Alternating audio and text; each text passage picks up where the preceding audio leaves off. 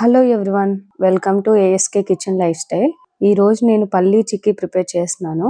పల్లీ పట్టీకి కావాల్సిన పదార్థాలు ఏంటో ఒకసారి చూసేయండి. మరి పల్లీలు, బెల్లం, నెయ్యి, యాలకులు.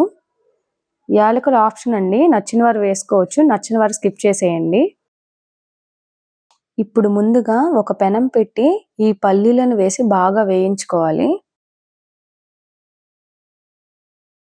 నేను ఒక గిన్నె పల్లీలు తీసుకున్నాను.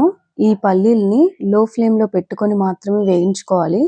హై ఫ్లేమ్లో పెట్టారంటే పల్లీల పైన పొట్టు మాడిపోయి లోపల పల్లీ అనేది మెత్తగా ఉంటుంది అండ్ టేస్ట్ కూడా అంత బాగోదు. ఈ పల్లీ చిక్కీ ప్రిపేర్ చేయడానికి 1 కప్ పల్లీలు తీసుకుంటే 3/4 కప్ బెల్లం తీసుకోవాలి. సో ఇలా 1 కప్ పల్లీలకి 3/4 బెల్లం వేసి ఒకసారి ట్రై చేయండి. పల్లీ పట్టి మీకు పర్ఫెక్ట్గా వస్తుంది.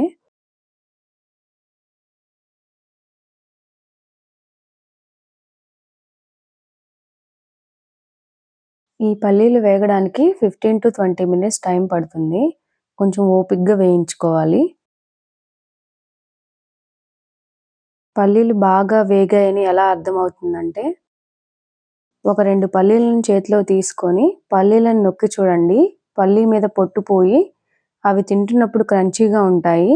అలా క్రంచీగా ఉంటే పల్లీలు బాగా వేగినాయని అర్థం.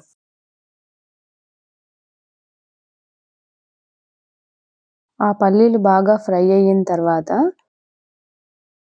పల్లీలను ఒక చాట్లోకి తీసుకొని అవి చల్లారిన తర్వాత దానిపై ఉన్న పొట్టును తీసుకోవాలి.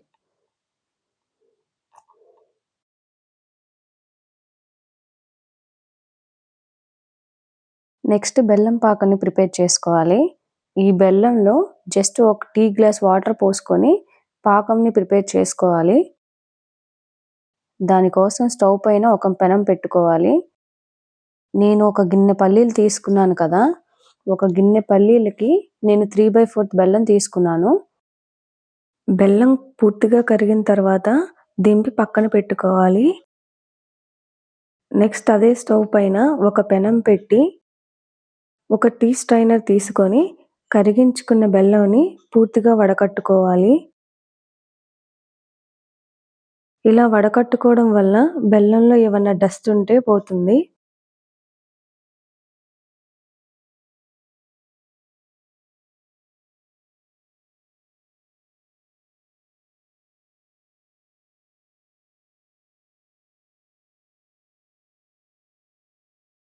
ఈ పల్లీ పట్టీకి ముదురుపాకం పట్టుకోవాలి.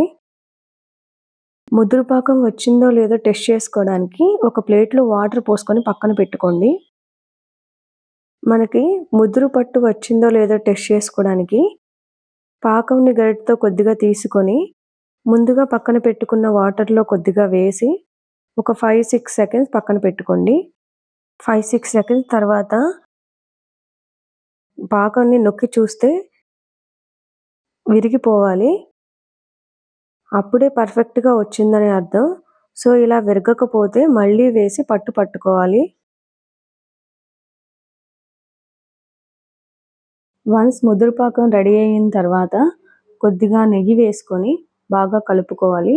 నెయ్యి వేసుకోవడం వల్ల ఏంటంటే పల్లీ చిక్కీ షైనీగా ఉంటుంది అండ్ అలాగే తినేటప్పుడు క్రిస్పీగా క్రంచీగా ఉంటుంది. అలాగే యాలకుల పౌడర్ వేసుకొని ఒకసారి కలిపి ముందుగా పొట్టు తీసి పెట్టుకున్న పల్లీలను వేసి బాగా పాకం పట్టేలాగా కలుపుకోవాలి.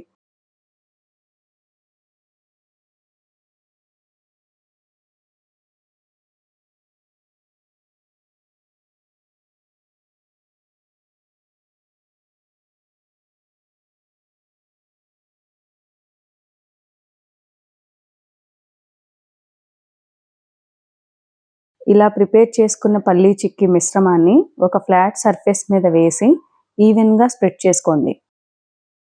నేను ఇక్కడ రైస్ టిక్కీ తీసుకున్నాను. దాని మీద కొంచెం నెయ్యి అప్లై చేసుకోవాలి. నెక్స్ట్ పల్లీ చిక్కీ వేసి ఈవెన్గా స్ప్రెడ్ చేసుకోవాలి.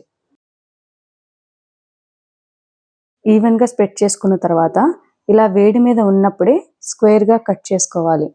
అలా కట్ చేసుకొని 1 అవర్ వదిలేయండి. అంతే, పల్లీ చిక్కీ రెడీ అయిపోయింది. ఇలా ఒకసారి ట్రై చేసి చూడండి, మీకు పర్ఫెక్ట్గా వస్తుంది. మీకు ఎలా వచ్చిందో నాకు కమెంట్ చేయండి. ఈ వీడియో కనుక మీకు నచ్చినట్లయితే లైక్ చేయండి, షేర్ చేయండి, సబ్స్క్రైబ్ చేసుకోవడం మాత్రం మర్చిపోకండి. Thank you.